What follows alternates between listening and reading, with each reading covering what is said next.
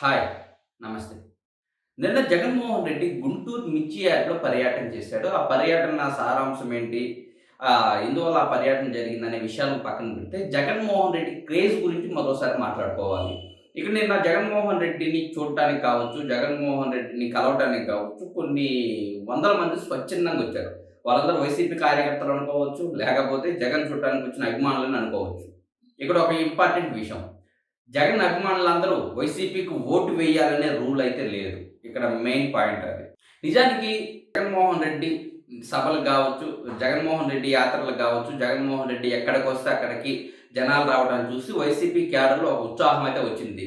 ఆ జనాన్ని చూసి 2029 ఎన్నికల్లో మేము మళ్ళీ అధికారంలోకొస్తాము. చూడండి జనాల్లో జగన్ ఆదరణ ఏమాత్రం చెక్కు చెదరలేదు అంటూ వైసీపీకి సంబంధించిన మీడియా గావచ్చు, వైసీపీ రిలేటెడ్ ట్విట్టర్ హ్యాండిల్స్ కావచ్చు పెద్ద ఎత్తున ప్రచారం చేస్తున్నారు. నిజానికి 2024 ఎన్నికల సమయంలో జగన్మోహన్ రెడ్డి చేపట్టిన సిద్ధం సభలకు ఇంతకు మించి జనాలు వచ్చారు. రాష్ట్రంలో ఎక్కడ సభ పెట్టినా ఇసుకేస్తే రాలనంత మంది జనాలు వచ్చారు. కానీ ఫలితం ఏమైంది? ఎన్నికల ఫలితం తర్వాత టీవీ9 రజనీకాంత్ మాట్లాడుతూ, ఏరి ఆ సిద్ధం సభలకు వచ్చిన జనాలేరి మీ సభలకు వచ్చి వాళ్ళకు ఓట్లేసారా అనే కామెంట్స్ చేశారు. ఆ వీడియో కూడా బాగా వైరల్ అయింది. అంటే జగన్మోహన్ రెడ్డికి సంబంధించిన సభలకు కావచ్చు, సమావేశాలకు కావచ్చు, ఆయన చేసే యాత్రలకు కావచ్చు, జనాలు భారీ సంఖ్యలోనే వస్తారు. కానీ వాళ్ళందరూ ఓటర్లు, వచ్చిన వాళ్ళందరూ వైసీపీకి ఓటు వేస్తారనే నమ్మకం అయితే లేదు.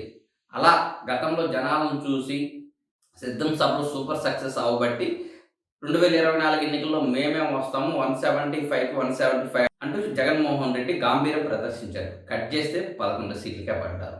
మరి ఇప్పుడు జగన్మోహన్ రెడ్డి ప్రజల్లోకి వస్తే జనాలు కూడా బాగానే వస్తున్నారు. జగన్మోహన్ రెడ్డిని చూడటానికి, జగన్మోహన్ రెడ్డితో కరచలనం చేయటానికి ఉత్సాహం చూపిస్తున్నారు. కానీ వీళ్ళంతా నిజమైన ఓటర్లా అనే అనుమానం అయితే కలుగుతుంది.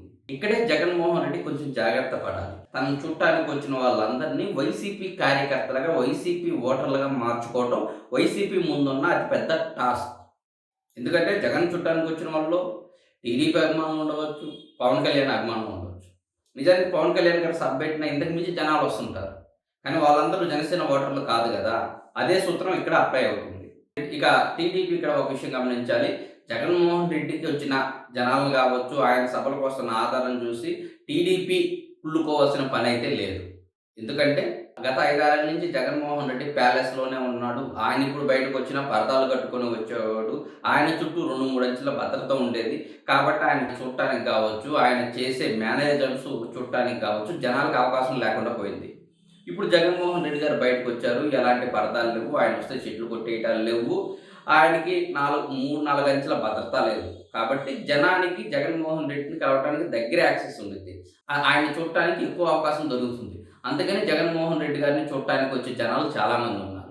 సో, దాన్ని చూసి టీడీపీ కంగారు పడి లబోదిబో అనుకోవాల్సిన అవసరం కూడా లేదు. కూటమి తన పనేదో తను చేసుకుంటూ ప్రజలకు మెరుగైన సంక్షేమం, మంచి అడ్మినిస్ట్రేషన్ కల్పిస్తే చాలు. ఆటోమేటిక్‌గా టీడీపీ కూటమికి వచ్చిన డోకా ఏమీ లేదు. ప్రస్తుతానికైతే జగన్మోహన్ రెడ్డి గారి సభలకు వస్తున్న జనాలు మాత్రం కేవలం ఆయన చూడటానికి వచ్చేవాళ్ళు తప్పితే వైసీపీకి ఓటేసేవాళ్ళు, వైసీపీని తిరిగి అధికారంలో తీసుకురావాలంత కష్టపడి పనిచేసేవాళ్ళు అయితే అందులో లేరు. ఇది వాస్తవం.